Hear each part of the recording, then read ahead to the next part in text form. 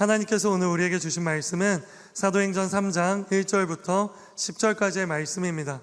사도행전 3장 1절부터 10절까지의 말씀, 저와 여러분이 한 절씩 읽도록 하겠습니다. 어느 날 오후 3시 기도 시간에 베드로와 요한이 성전으로 올라가고 있었습니다.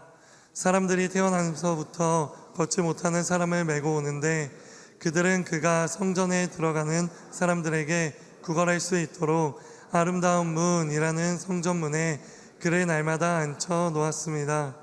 그는 베드로와 요한이 성전으로 들어가려는 것을 보고 구걸했습니다.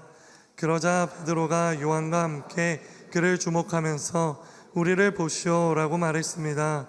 그는 그들에게서 무엇을 얻을까 하고 그들을 쳐다보았습니다. 베드로가 은과 금은 내게 없으나 내게 있는 것을 당신에게 주겠소. 나사렛 예수 그리스도의 이름으로 일어나 걸으시오 라고 말하고 그의 오른손을 잡아 일으키니 그의 발과 발목이 곧 힘을 얻어 뛰어 일어나 걷기 시작했습니다.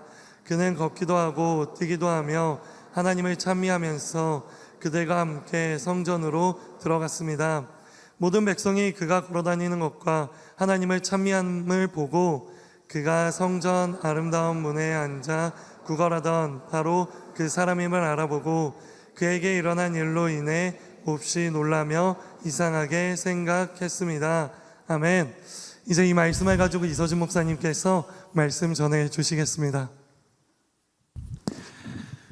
할렐루야. 이 저녁에 예배하러 나오신 여러분 주님의 이름으로 환영하고 축복합니다. 하나님께서 오늘 여러분의 인생 가운데 새 은혜와 새 사랑의 기름 부으심을 부어주시기를 소원합니다. 사도행전 말씀을 통해서요, 하나님의 승리, 부활의 능력에 대해서 나눠보고자 합니다. 오늘 본문의 2절 말씀을 같이 한번 읽어보도록 하겠습니다. 오늘 본문 2절이요, 같이 한번 읽어보도록 합시다. 네, 2절 시작.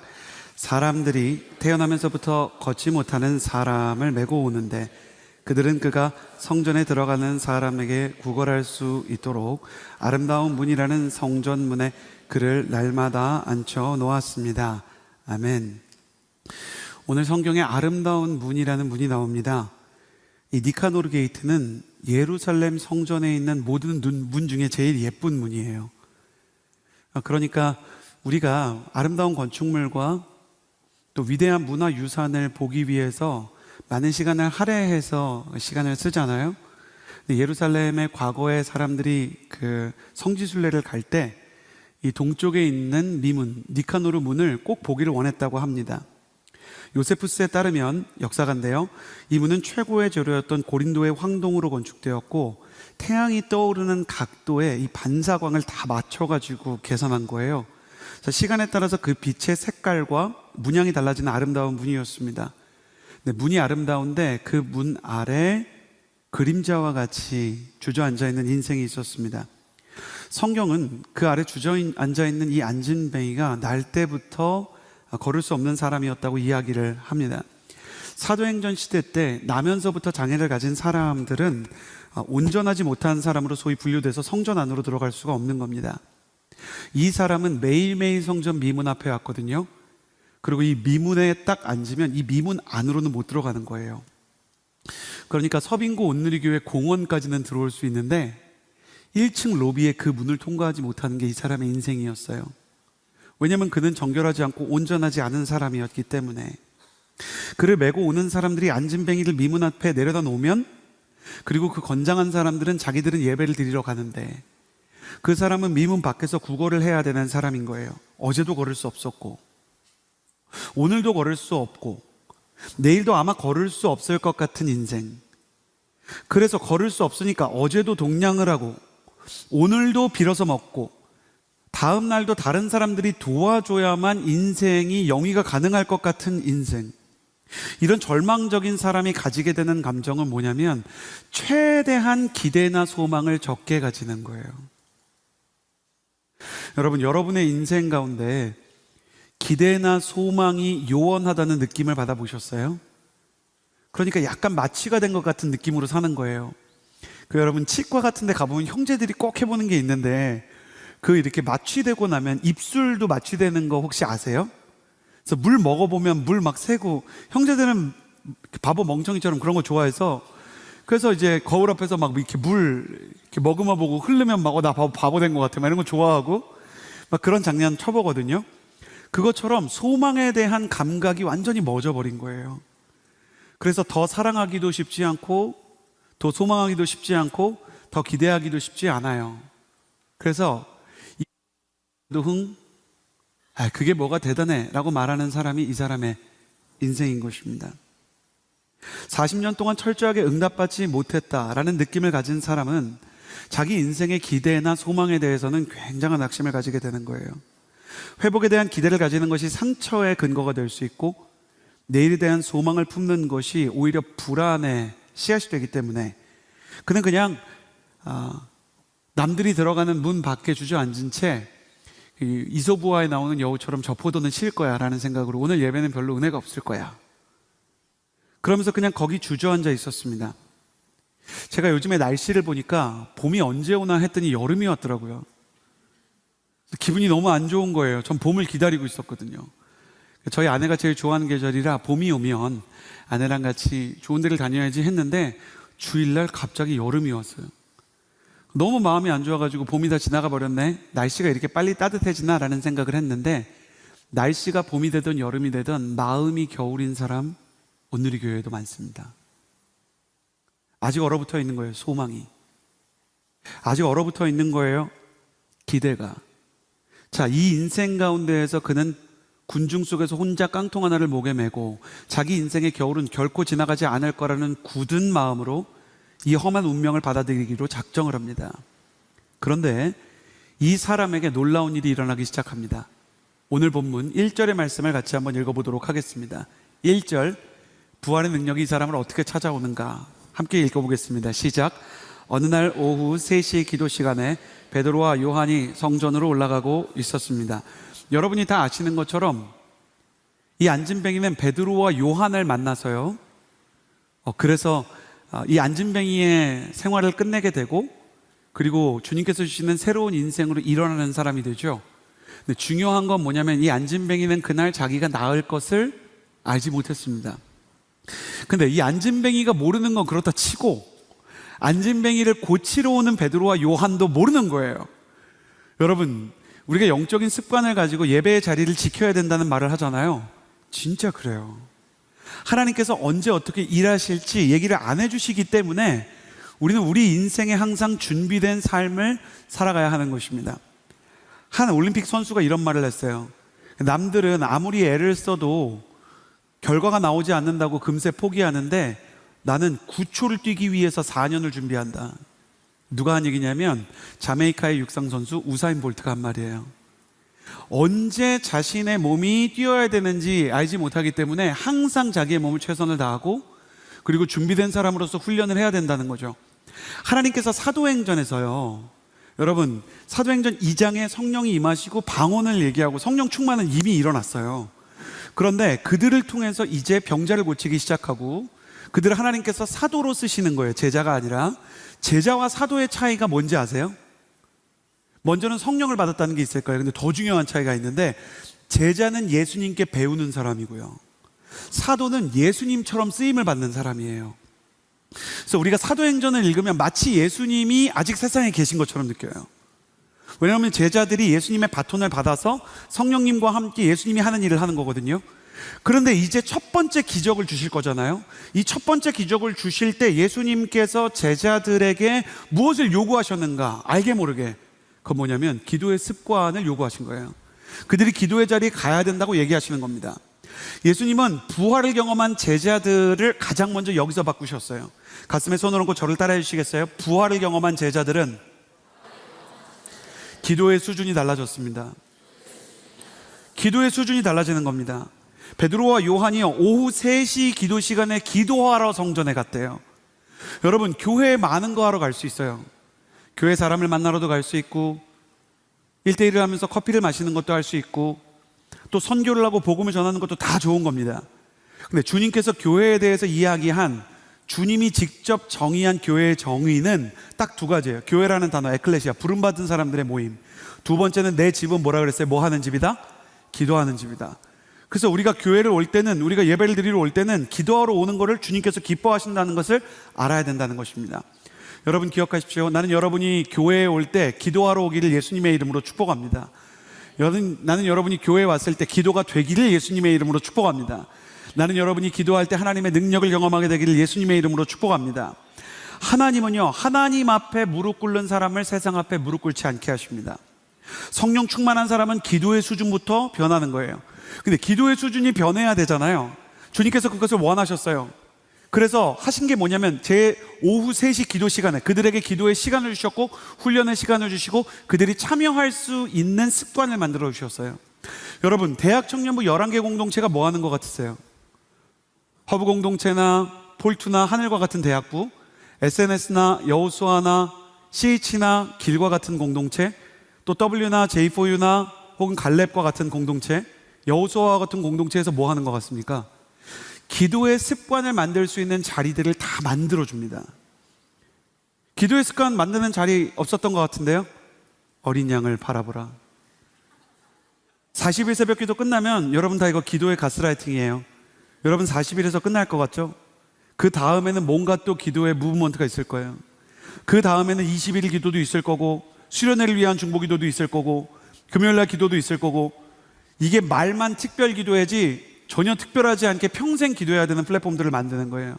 뭘 하기 위해서 그러냐? 기도의 습관을 만들기 위해서 그러는 것입니다. 마가의 다락방에서 뜨겁게 한번 기도하는 수준을 넘어서 매일 기도하는 습관을 가지게 되는 것이죠. 그러면 기도의 습관을 가지기 위해서 뭐가 필요하냐? 제9시 기도 시간에 말씀을 그대로 보십시오. 어느 날 오후 3시 기도 시간에 베드로와 요한이 같이 성전에 기도하러 올라갔대요. 기도의 습관을 기르고 기도의 수준이 달라질 때 제일 필요한 것은 기도하는 동역자입니다. 여러분 축복합니다. 나는 여러분이 교회를 갈 때 여러분과 함께 기도하러 가는 사람이 있게 되기를 예수님의 이름으로 축복합니다. 원래 베드로와 요한은 사이가 안 좋거든요. 그래서 예수님께서 심지어 베드로한테 너는 앞으로 순교하게 될 거야, 너 이렇게 죽게 될 거야 라고 얘기했더니 베드로가 자기 죽는 거에 관심이 없고요, 진짜 심각해요. 요한을 가리키면서 얘는 어떻게 됩니까? 제가 순교한 건 괜찮은데 제가 한다면 얘도, 막 이런 식으로. 그 정도로 라이벌 의식이 있었고요. 베드로가 대놓고 그런다면 요한은 더 무서워요. 두고 보고 은근히 하는 질투예요. 그래서 베드로는 정부 강요처럼 얘기하면 총리처럼 가장 믿음직하게 시키는 일을 다 이루어주는 사람이라면, 요한은 비서실장처럼 항상 예수님 옆에 붙어가지고 얘기를 들어줬거든요. 그래서 최후의 만찬 때 베드로가 다른 일 막 사역 같은 거 생각하면서 그날이 예수님의 마지막인지도 모르고 우리 내일 예루살렘 사역 어떻게 할까 뭐 이런 얘기 하다가 예수님이 중요한 얘기, 너희 중에 하나가 나를 팔리라 얘기하는 걸 못 들었어요. 근데 영적인 느낌이 쎄해서 중요한 얘기한 것 같아. 그래서 요한한테 야 지금 예수님 뭐라 그랬냐라고 물어봤는데 요한은 그 얘기를 들었던 거예요. 그게 너무 기분 좋은 거예요. 그래서 써놨어요. 베드로가 요한에게 물어봤다가 안 써놨어요. 뭐라고 썼는지 아세요? 그 사랑하시는 제자에게 물어봤다. 그러니까 그때 요한의 나이가 70이에요 70까지도 그때 베드로가 나한테 물어봤지롱. 그리고 예수님의 부활을 여인들이 보고 제자들이 있는 마가의 다락방에 와서 주님께서 부활하셨다 그래서 베드로와 요한이 총알처럼 튀어나갔는데 그때 그 사랑하시는 제자가 베드로보다 앞서 뛰어갈세라고 써놨어요. 심지어 요한복음 21장에 부활하신 예수님을 보고도 갈릴리로 도망간 요한이 베드로가 물 안으로 뛰어들기 전에 예수님이 계셨는데 제자들이 예수님 못 알아봤는데 누가 예수님을 딱 알아봤다 써놨어요. 자기가 주이시다 라고 얘기했다는 거예요. 누구한테? 베드로한테. 그러니까 베드로보다 잘한 거를 다 써놨을 정도로 베드로를 의식하면서, 나중에 이제 선의의 어떤 그런 마음이었겠지만 서로 좋은, 혹은 때로는 막 정말 치열한 라이벌 관계를 가지고 있었던 거예요. 근데 그 두 사람이 물과 기름처럼 견원지간처럼 안 맞는데 같이 성령을 받아보니까 둘이 제일 잘 맞는 거예요. 여러분, 성령 받기 전에는 누가 누구랑 잘 맞는지 알 수가 없어요. 그래서 진짜 MBTI상 어울릴 수가 없고 진짜 살아온 궤적상 다른 사람들이 예수님의 이름 안에서 성령님의 역사 안에서 협력을 하고 아울리치를 가고 놀라운 하나님의 역사를 이룰 수가 있어요. 근데 그렇게 하기 위해서는 서로 기도해야 된다는 것입니다. 나는 여러분의 관계가 기도함으로 풀리게 되기를 예수님의 이름으로 축복합니다. 그럴 뿐만 아니라 여러분이 기도하는 사람을 옆에 두게 되기를 예수님의 이름으로 축복합니다. 그리고 나서 이런 일이 일어납니다. 3절 말씀 같이 읽도록 하겠습니다. 오늘 본문 3절입니다. 시작. 그는 베드로와 요한이 성전으로 들어가려는 것을 보고 구걸했습니다. 부활을 경험한 제자들에게 기도의 수준이 달라졌다면 두 번째는 이것입니다. 가슴에 손을 얹고 저를 따라해 주시겠어요? 시선의 온도가 달라집니다. 시선의 온도가 달라집니다. 부활과 성령의 충만은 시선의 온도를 다르게 했어요. 3절 말씀을 보면 성전으로 들어가기 위해 미문 앞을 통과하는 베드로를 안진뱅이가 먼저 봤어요. 그렇죠. 구걸하는 사람이 먼저 보겠죠. 근데 원어를 따라서 보면 여기 쓰인 헬라어는 그냥 눈에 들어오는 거예요. 그러니까 여러분이 버스 보면서 그냥 창밖을 볼 때 거기 있는 간판을 다 외우지 않듯이 그냥 베드로나 요한은 지나가는 간판처럼 일일이 기억되는 게 아니었어요. 이 안진뱅이는 태어나면서부터 걷지 못했고 어린 시절부터 구걸을 했기 때문에 그에게 중요한 것은 자비를 베푸는 사람이 아니라 자비를 베푸는 사람이 주는 돈이에요. 그러니 안진뱅이는 베드로와 요한을 보면서도 베드로와 요한에 대해서 관심이 없었겠죠. 여기서 중요한 것은 베드로와 요한이 자기의 인생에서 가장 큰 만남의 축복이고 은인이 될 수 있는 사람이었다는 거예요. 자, 다시 말씀드리듯이 베드로도 요한도 안진뱅이도 그날 하나님의 역사가 일어날 줄을 몰랐습니다. 그러나 하나님께서 역사를 일으키셨고 특별히 안진뱅이는 더 몰랐습니다. 그러나 하나님께서는 그에게 은혜를 주셨다는 것입니다. 그래서 나는 여러분이 두 가지를 조심하시기를 바랍니다. 첫 번째, 성전 지성소까지 들어가지 못하는 아주 은혜와 성령 충만에 깊이 들어가지 못하는 예배라고 하더라도 여러분이 가야 될 것 같은 예배면 갈 수 있게 되기를 예수님의 이름으로 축복합니다. 두 번째는요, 여러분이 하나님이 오늘은 아무 일도 할 수 없다라는 식의 마음과 말을 하지 않게 되기를 바랍니다. 하나님이 원하시면 할 수 있습니다. 말을 바꾸셔야 돼요. 교만은 항상 제가 얘기하지만 마침표를 찍는 겁니다. 하나님은 일하실 수 없다, 그렇게 얘기하시면 안 돼요. 올해는 아무것도 일어날 수 없을 것이다. 오늘 화요성경 집회에서는 아무 일도 일어날 수 없을 것이다, 그렇게 생각하면 안 됩니다. 내가 오늘 예배가 좋지 않은 컨디션으로 시작했지만 마침표를 콤마로 바꿔서 하나님이 원하시면 하신다. 내 인생 가운데 아무런 것도 소망할 수 없지만 하나님이 원하시면 소망을 주신다. 이 안진뱅이가 아무런 기대도 없이 베드로와 요한을 보았지만 사실 아무런 기대도 없이 베드로인지도 요한인지도 모르고 하나님의 사람인지도 모르고 그냥 한 번 쳐다본 안진뱅이를요, 주님께서는 뜨거운 시선으로 바라보고 계셨다는 것입니다. 사랑하는 여러분, 오늘도요 주님께서 여러분을 뜨거운 시선으로 바라보고 계시다는 것을 믿습니다. 우리가 예수님을 뜨거운 시선으로 바라보지 못해도 예수님은 뜨거운 시선으로 바라보는 것입니다. 그것을 보여주는 예수님의 시선을 느끼게 하는 것이 바로 4절입니다. 4절 말씀 같이 한번 읽어보도록 하겠습니다. 시작. 그러자 베드로가 요한과 함께 그를 주목하면서 우리를 보십시오 라고 말했습니다. 4절 말씀을 보면 성전에 앉아서 구걸하는 이 안진뱅이를 베드로와 요한은 그냥 쳐다보지 않고 주목하여 봤다라고 기록합니다. 여기서 주목했다라는 단어는 의미를 담은 시선이라는 뜻이에요. 정말 집중해서 그 사람에게 정말 관심이 있는 시선, 쳐다보는 시선만으로도 왜 저를 그렇게 쳐다보세요? 하고 싶은 얘기가 있으세요? 라는 느낌이 나도록 그렇게 바라본 거예요. 베드로와 요한의 시선에, 그 시선을 넘어 그들의 마음에 이 안진뱅이가 의미 있는 사람으로 사진처럼 기록되기 시작했어요. 근데 이 장면을 정확히 이해하기 위해서는 베드로와 요한의 인생을 좀 생각해 봐야 돼요. 유대인의 관습과 전통에 따르면 베드로와 같은 성인 남자는 1년에 3번 율법적으로는 성전을 올라가야 됐고 최소한 한 번 정도는 가야 유대인에서 헌신된 사람이었어요. 그러니까 1년에 한 번 정도 예루살렘 가는 건 우리 크리스천이 주일 성수하는 것 정도의 의무였어요. 그러니까 최소한 베드로는 나이를 아무리 적게 잡아도 한 20세라고 하더라도 이 사람을 아주 어릴 때를 제외하고 5살 이후로부터 아빠 손을 잡고 간 걸로 치면 최소한 15번에서 많게는 40-50번까지 봤을 거예요. 왜냐하면 베드로는 20대에서 30대 정도로 추정이 되지만 안진뱅이는 나중에 말씀을 보면 40대나 됐으니까 베드로가 어릴 때부터 날 때부터 거기 와서 그거를 했다고 그랬거든요. 그리고 모든 성인 남자는 미문을 통과하니까 1년에 몇 차례씩은 마주했을 거예요. 근데 베드로가 지나가면서 단 한 번도, 단 한 순간도 이 안진뱅이가 눈에 보였던 적이 없어요. 지금 안진뱅이는 예전에 베드로처럼 의미 없는 시선을 던지고 있어요. 베드로도 그랬겠죠. 근데 수십 년 동안 안진뱅이와 똑같은 눈을 하고 살아갔던 베드로가 이제는 그를 주목해서 보면서 그에게 혹시 무슨 도움이 필요하지 않나? 라고 시선이 달라진 것이에요. 성령 충만한 사람은 말이 바뀌고 그 다음에 눈이 바뀌어요.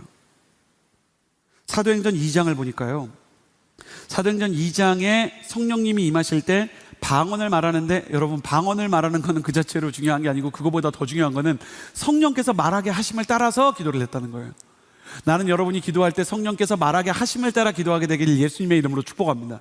여러분의 입술에 성령의 언어, 하늘의 언어, 그리고 예수 그리스도의 언어가 담기기를 원하는 겁니다. 그러니까 말과 그리고 선포가 예수 그리스도를 닮아가야 되는 거예요. 제가 주례를 많이 하다 보니까 여러분, 성령님이요, 결혼 준비할 때 꼭 형제한테 임해야 되더라고요. 절대 절망적인 말 하면 안 돼요. 내가 진짜 생각해 봤는데 우리 관계는 아니야, 말을 말자. 그 말을 앞에도 하지 말았어야 돼요. 하지 말아야 되는 말을 던져놓고 후회하고 던져놓고 후회하고, 그 왜 그러냐면 내가 하고 싶은 말을 하기 때문에. 주님, 내 입술을 주장해 주옵소서. 결혼을 준비하는 모든 형제 자매는요, 입술을 치면서 권사님처럼 기도해야 돼요. 입술에 파수꾼을 허락하여 주옵소서. 성령께서 말하게 하심을 따라서 말을 해야 되는데 내 의와 내 생각과 내 자존심과 내 자아가 계속 말이 되니까, 저도 목회자가 됐는데도 막 그렇게 말을 하고 나면 집으로 돌아오면서 이거를 어떻게 수습을 해야 되나, 그런 때가 너무 많은 거예요. 여러분은 그런 때가 없으세요? 여러분 그런 때 없습니까? 없으면 상관없어요. 있는 사람만 하면 하세요. 나는 여러분에게 성령의 언어가 임하게 되기를 예수님의 이름으로 축복합니다. 여기 환자가 많군요. 다행입니다. 환자가 많다는 것은 주님께서 많은 은혜와 치료를 주신다는 뜻이니까요. 근데 주님이 말을 바꾼 다음에는 눈을 바꿔주시는 거예요. 그래서 아울리치를 가면 누구를 만나야 되는지를 알아요. 교회를 가면 누구랑 얘기를 해야 되는지를 아는 거예요. 눈이 바뀌어요. 시선의 온도가 바뀌는 거예요. 이 시선이 누구의 걸까? 여러분, 말이 성령님의 것이라면, 성령의 말하게 하심을 따라서 말한 거라면, 베드로와 요한은 뭘 따라서 본 걸까? 이거는 두말할 나위 없이 예수님의 시선을 따라서 보는 겁니다. 나는 우리의 시선이 예수님처럼 되기를 예수님의 이름으로 축복합니다. 그래서 복음을 전해야 될 사람이 보이고, 순환을 어떻게 바라봐야 될지, 목회자를 어떻게 바라봐야 될지, 사장님을 어떻게 바라봐야 될지 눈이 바뀌는 거예요. 예수님의 이 부활의 능력이 임한 사람을 보니까요, 첫 번째 일어난 변화는 기도를 하기 위해서 동역자와 함께 성전에 오르면서 기도의 수준이 달라진 거라면, 두 번째는 시선의 온도가 달라진 것이다. 나는 여러분이 이 봄에, 여름이 아직 이제 오고 있지만 오기 전에 주님께서 기도의 능력을 부어주시기를 예수님의 이름으로 축복합니다. 그리고 여름이 다가올수록 여러분의 시선의 온도도 우리나라 여름처럼 뜨거워지기를 예수님의 이름으로 축복합니다. 그래요. 그렇게 시선과 기도가 달라졌어요. 세 번째, 6절에서 7절의 말씀입니다. 함께 오늘 말씀 6절과 7절을 같이 읽겠습니다. 시작. 베드로가 은과 금은 내게 없으나 내게 있는 것을 당신에게 주겠소. 나사렛 예수 그리스도의 이름으로 일어나 걸으시오 라고 말하고 그의 오른손을 잡아 일으키니 그의 발과 발목이 곧 힘을 얻었다. 부활을 경험한 제자들이 첫 번째로는 기도의 수준이 달라졌고, 두 번째는 시선의 온도가 달라졌고, 세 번째는 저를 따라해 주시겠어요? 부활을 경험한 제자들은 능력의 근거가 달라졌다. 예수 그리스도의 이름으로 일어나 걸으시오. 이 말씀 안에 부활의 비밀이 있습니다. 예수 그리스도의 이름으로 일어나 걸으시오. 이 말 안에, 사도들의 시대 정치적으로 유럽과 중동 땅을 지배했던 것은 로마인데, 문화적으로 로마를 지배했던 것은 그리스였어요. 그 성경은 그리스 말로 써 있는데, 부활이라는 단어는 아다나시스라는 단어예요. 근데 이 아타나시스라는 단어는 헬라 문화권에서는 반드시 두 가지 의미로만 쓰였어요. 첫 번째, 아타나시스는 없다고 할 때, 부활이 없다고 할 때만 아타나시스를 썼어요. 두 번째는 뭐냐면, 말도 안 되는 아닌밤 중에 홍두깨 유니콘 같은 소리 할 때 부활 같은 소리 하고 있네. 그러니까 아타나시스는 비현실이고 일어나지 않는 일이고 말이 안 되는 얘기라는 거예요. 이 당시 사람들은 플라톤 철학에 의해서 사람의 영혼은 불멸하지만 육신은 소멸된다고 생각했고, 영혼은 숭고하지만 육신은 껍데기에 불과한 벗어버려야 되는 집착과 아집과 그리고 썩어가는 추한 것이라고 생각했기 때문에 육신이 부활하는 일은 없다고 생각을 했어요. 그게 없다는 말을 만들어야 되니까 아타나시스라는 말을 쓴 거죠. 그래서 제자들은 부활을 나타내는 아타나시스라는 단어를 잘 쓰지 않았어요. 대신에 예수 그리스도의 사도행전에서 예수 그리스도의 부활을 얘기할 때 죽은 자 가운데서 그를 살리신 혹은 일으키신이라는 단어를 썼어요. 살리다, 일으키다. 여기서 일으켰다. 우리로 치면 이거 뭐라고 해야 될까요? 라이즈업이라고 할까요? 우리로 치면은 어웨이크닝이라고 할까요? 스탠드업이라고 할까요? 이 일어난다는 단어가 헬라어로는 에게이로예요. 그래서 제자들은 예수님의 부활을 전할 때 시체 네크로시스들 사이에서 에게이로, 일어나신 분이라고 얘기를 했다고요. 근데 그 에게이로라는 이 단어를 부활을 상징하기 위해서 쓰는데 지금 이 단어를 안진뱅이한테 써요. 내가 예수 그리스도의 이름으로 내게 명하노니 에게이로 하고 걸어라 그래요. 그러니까 부활의 능력이신 예수님께서 너를 일으키시기 원한다. 여기서 우리는 중요한 사실을 깨달아요. 부활의 능력은 우리에게 왜 필요한가? 우리가 다 안진뱅이이기 때문이에요. 우리는 보이지 않지만 성전 미문 앞에서 넘을 수 없는 선들을 가지고 있어요. 어떤 사람은 화요 성령 집회까지 오지만 성령의 임재까지, 예수님과의 인격적인 만남까지 못 가요. 지성소의 예배까지 못 들어가요. 주변에서는 예수님을 만났다, 성령의 충만을 경험했다 그러는데 나한테는 그 일이 없는 거예요. 그래서 화요 성령 집회에 왔어요. 물리적으로는 지성소를 상징하는 본당까지 들어왔는데 내 영혼은 거기 들어가지 못하고 미문 밖에 있는 것처럼, 그래서 이 안진뱅이처럼 내가 온전하지 않아서 이런가? 내가 영적으로 죄가 많아서 그런가? 그런 생각을 하는 사람들이 바로 안진뱅이에요. 또 어떤 사람은 소망에 대해서 안진뱅이에요. 소망이 두 다리라면 우리 청년들 중에 소망이 멎어버린 사람은 소망의 두 다리가 불구가 된 거예요. 결혼에 대해서 소망이 끊어진 사람들이 있어요. 하나님께서 내 인생에서 이루실 비전에 대한 소망이 없는 사람들이 있어요. 하나님께서 나를 먹이시고 살리신다, 입히신다에 대한 안정감이, 기본적인 경제적인 안정감이 사라진 사람들. 여러분, 너무 기복신앙 쪽으로 가서도 안 되지만 하나님께서 나의 생계를 전혀 책임지지 않으신다. 하나님이 크리스천들이 너무 가난하게 살도록 하는 것은 그가 능력이 있는데도 선교사가 돼서 혹은 예수 그리스도의 사명 때문에 자발적으로 가난해진 것은 몰라도 먹고 사는 게 문제가 될 정도로, 유지가 안 될 정도로 가난 속에 처하는 것은 하나님이 일시적으로 그렇게 하실 수 있지만 광야를 지나면 적과 꿀이 흐르는 가나안이 있는 것처럼 끝내는 하나님의 인도가 있는 건데 광야가 끝이라고 생각하고 경제적인 걸 그냥 절망해버린 그 소망이 끊어진 사람이 있어요. 또 가정의 관계에 있어서 가정 복음화에 대해서 소망이 끊어지고 내 인생이 달라질 수 없다고 그냥 마음이 멎어버려서 가정을 위해서 기도를 하면서도 그 마음의 가정에 대한 회복이, 그 소망이 없는 사람들이 있죠. 그 사람들에게 주님은 이렇게 얘기하시는 거예요. 내가 그 모든 절망과 좌절에 너희는 안진뱅이까지만 갔지만 내가 죽음과 무덤까지 가서 죄와 사망의 권세를 깨뜨리고 너희에게 소망과 새 인생과 비전과 쓰임받을 수 있는 길을 주노니 너를 절망시켰던 그 자리에서 에게이로 일어나 걸어라. 부활하신 주님께서 우리를 일으켜 세우셔서 주님의 능력을 보이게 하십니다.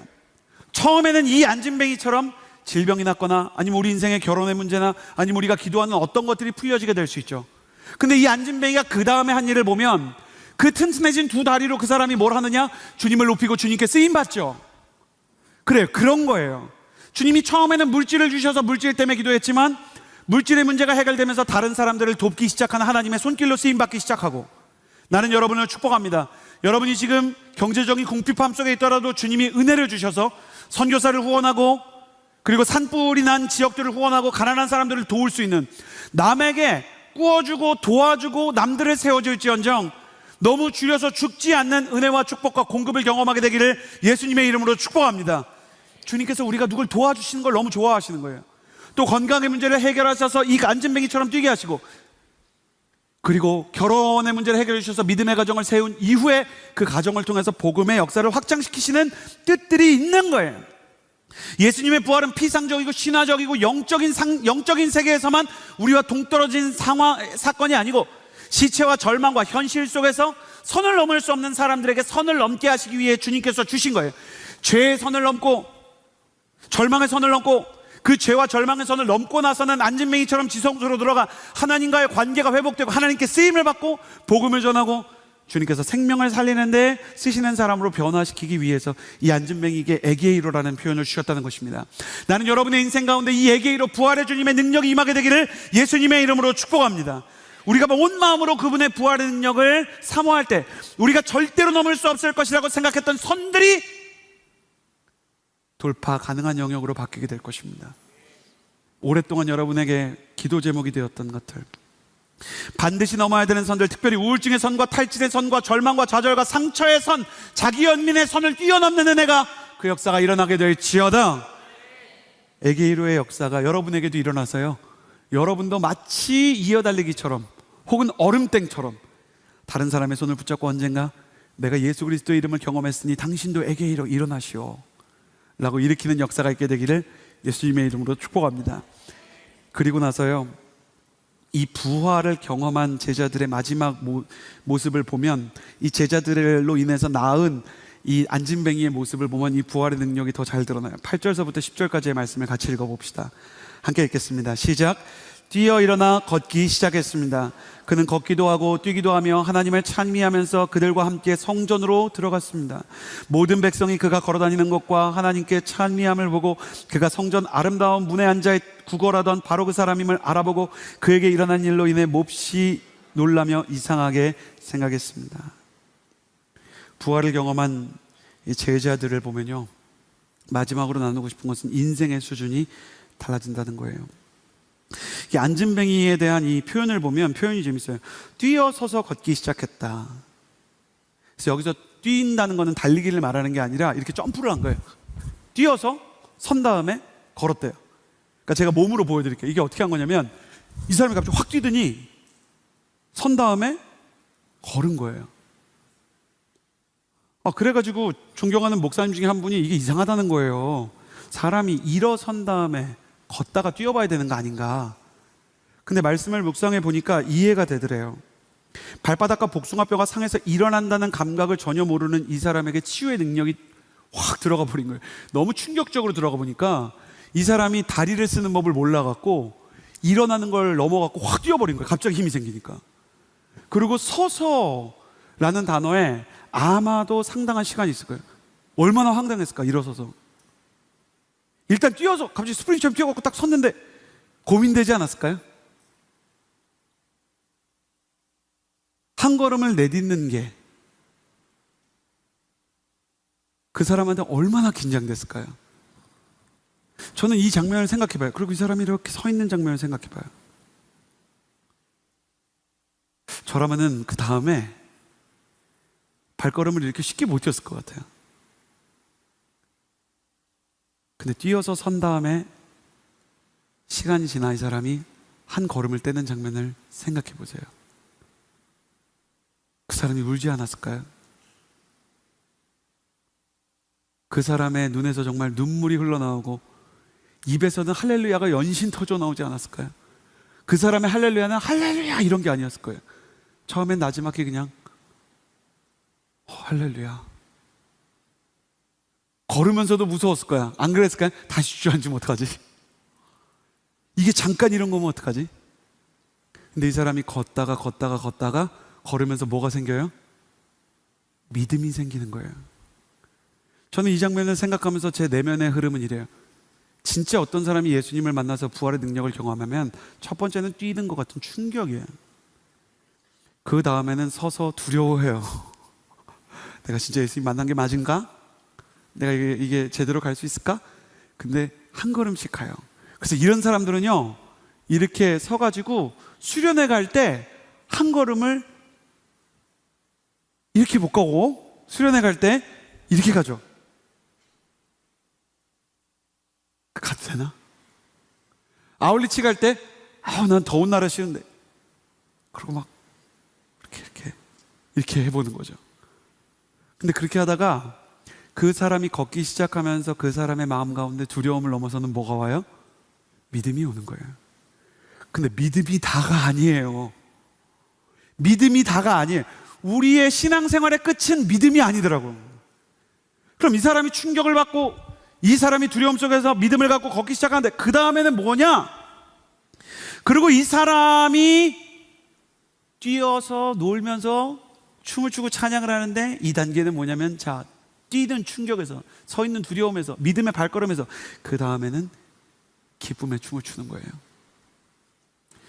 나는 우리 모두의 예배가 기쁨까지 가게 되기를 예수님의 이름으로 축복합니다. 막 너무 좋았으면 좋겠는 거예요. 예배 드리는 게 그냥 처절한 수준을 넘어서, 믿음의 수준을 넘어서 어린애처럼 막 좋은 거예요. 예수님도 좋고 여호수아도 좋고, 저희 공동체 얘기했어요. 교회도 좋고 죄송합니다. 교회도 좋고, 사람도 좋고, 찬양도 좋고, 막 다 좋은 거예요. 그래갖고 우리가 예배를 드릴 때 제일 영향력 있는 사람은 누구냐면요, 멍청한 사람도 아니고 실없는 사람도 아닌데 너무 좋아하는 사람이죠. 어린애같이. 어머, 오늘 너무 찬양 좋지 않았니? 막 이런. 그러니까 권사님들 중에 나 오늘 그런 거 못 들어보셨어요? 서빙고 카페에 여기 로비에 한 2시간 앉아 있어 보세요. 수요 여성 예배 끝나고. 그럼 권사님들이 어머, 나 오늘 완전 기도 열렸잖아. 뭐 이런 분들이 계시고, 오늘 찬양 나 완전 좋아하는 찬양, 일주일 내내 들었는데 나 그거 주님께서 그거 열어주셨잖아. 주의 자녀로 산다는 것은, 큰일 났어요. 제가 좋아하는 거 다 나오기 시작했어요. 주의 자녀로 산다는 것은 제가 요즘 맨날 듣거든요. 그러니까 막 그런 얘기 하면서 막 기뻐하고, 목사님 말씀도 막 은혜가 되는 거예요. 이 사람이 처음에 어떤 사람이었어요? 어떤 사람이었냐고.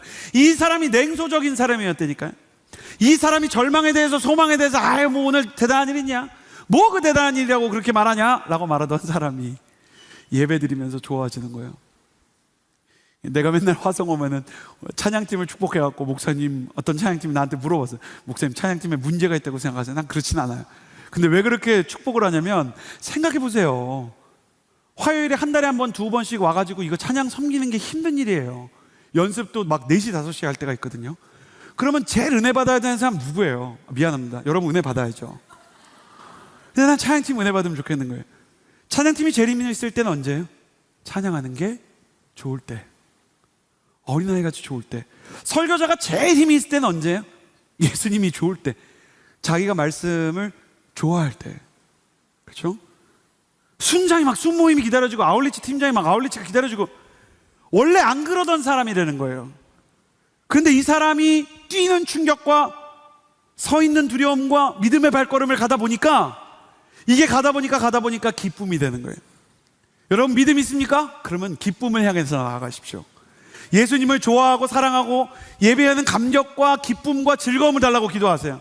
다윗이 죄를 지었을 때 시편 51편에 보니까, 나를 주님 앞에서 멀리하지 마시고 주의 성령을 거두지 마옵소서. 그 구원의 기쁨을 다시 회복시켜 주시고 정직한 마음을 내 안에 새롭게 하여 달라고 기도했어요. 이게 무슨 얘기냐고요.